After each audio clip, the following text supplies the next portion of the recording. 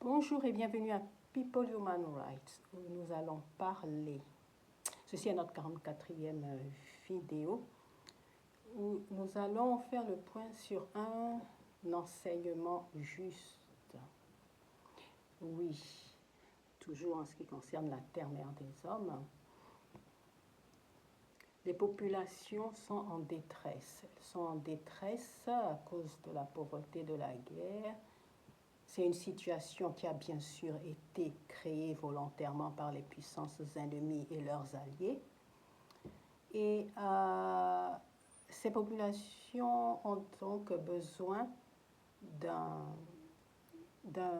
véritable enseignement sur leur identité, ce qui leur permettra de pouvoir avancer dans la bonne direction.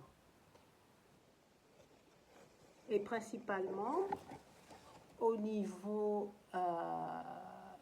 des pratiques spirituelles, il y en a beaucoup, mais en réalité, les religions dites importées ne sont que des altérations, des transformations volontaires, calculées des spiritualités africaines originelles.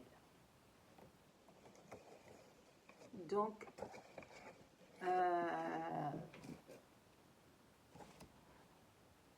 il ne faut pas oublier l'histoire, la façon dont les choses se sont passées, la façon dont les religions comme le christianisme, il y a le catholicisme, le protestantisme, des religions chrétiennes toutes différentes, qui ont été implantées, ainsi que l'islam.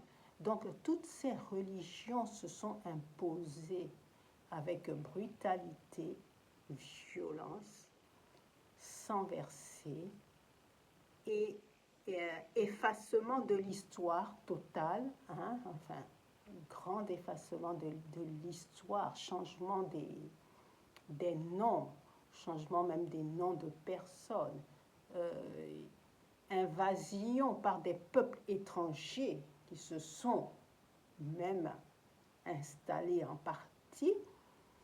Et bien sûr, on n'oublie pas les horreurs de la colonisation et de la néocolonisation. Donc, cela fait beaucoup pour des personnes qui n'ont pas d'assistance de la part de l'État, pour lesquelles la majorité des États sont complices de la situation. Et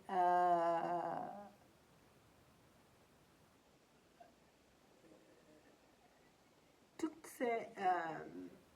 par exemple, les religions comme le judaïsme, la chrétienté originelle, ce sont des spiritualités des peuples noirs, des religions qui ont été blanchies, transformées, manipulées, des vérités cachées dans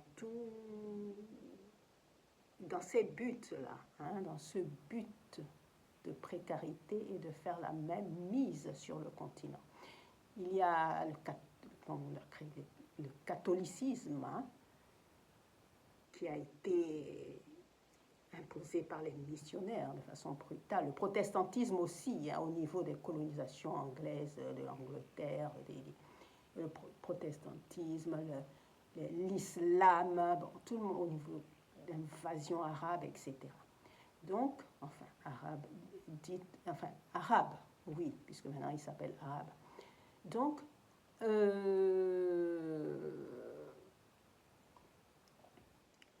on retrouve ces pratiques juives, chrétiennes, bibliques, certaines pratiques juives, chrétiennes, bibliques, il y a même des passages bibliques. On retrouve cela dans les traditions africaines, dans les traditions familiales et dans les peuples. Et chez les peuples qu'on a nommés animistes. Et ce sont juste des usurpations d'identité. Et l'enseignement scolaire ne tient pas compte, n'enseigne pas, très peu, les connaissances au niveau de l'esclavage, au niveau de la colonisation, au niveau du néocolonialisme. Toutes ces choses sont complètement effacées et il n'y a pas d'histoire, il n'y a pas de repères, principalement pour la jeunesse. Et oui, donc,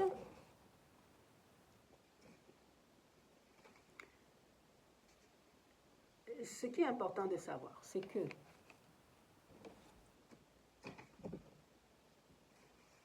il faut pouvoir enseigner, mais il faut savoir comment enseigner, parce qu'il y a beaucoup de... Il y a même...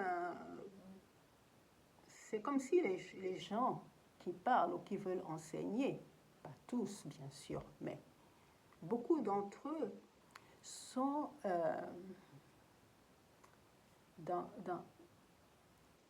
juste dans les insultes ou bien c'est comme s'ils ne connaissent même pas le sujet dont ils parlent. Pour pouvoir enseigner, il faut, connaître son public, savoir à qui on veut enseigner. Ne pas enseigner en humiliant ou en insultant son public et connaître le sujet que l'on souhaite enseigner.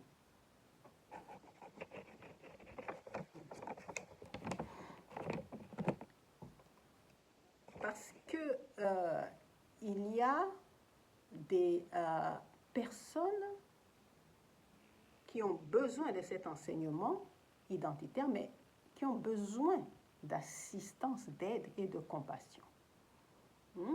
Par exemple, quelqu'un qui cherche du travail, qui n'en trouve pas, qui n'a pas de quoi manger, ou une femme qui entend son bébé crier de faim, ou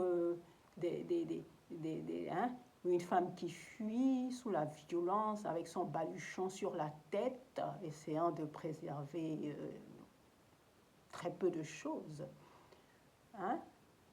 ou qui vit au milieu, bien sûr, des agressions sexuelles, de la violence, et tout ça, ou un jeune enfant qui ne retrouve pas ses parents à cause de la guerre, dans la fuite, ça y est, il se retrouve tout seul, bon, il devient une proie. Et voilà, dans le chaos des événements, les jeunes qui sont tellement désespérés qu'ils préfèrent fuir, ils pensent que la vie est plus belle ailleurs. Mais tout ça, c'est une situation créée volontairement. Donc, comment donc essayer d'approcher ces personnes? Et puis tout le monde n'a pas Internet, tout le monde n'est pas sur son téléphone, voilà, à raconter des choses, non. Donc, tout le monde n'a pas de téléphone, même si les téléphones sont fabriqués là-bas ou dépendent du cobalt et des autres minerais. S'il y a 1 milliard, bon, 1 milliard, il y en a beaucoup plus, bon. Sur 1 milliard de personnes, je ne pense pas qu'il y en ait 1 million qui ont un téléphone et qui peuvent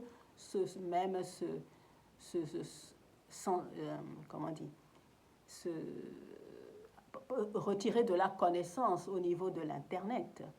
Non. La vie est très difficile. Et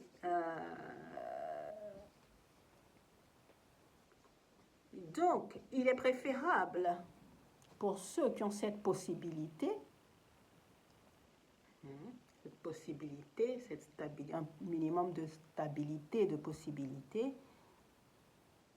d'enseignement ou d'utiliser l'Internet, voilà, d'être sur les réseaux sociaux. Il vaut mieux essayer de encadrer ces personnes-là, hein, par des rencontres amicales, par des campagnes de sensibilisation principalement au niveau de la jeunesse.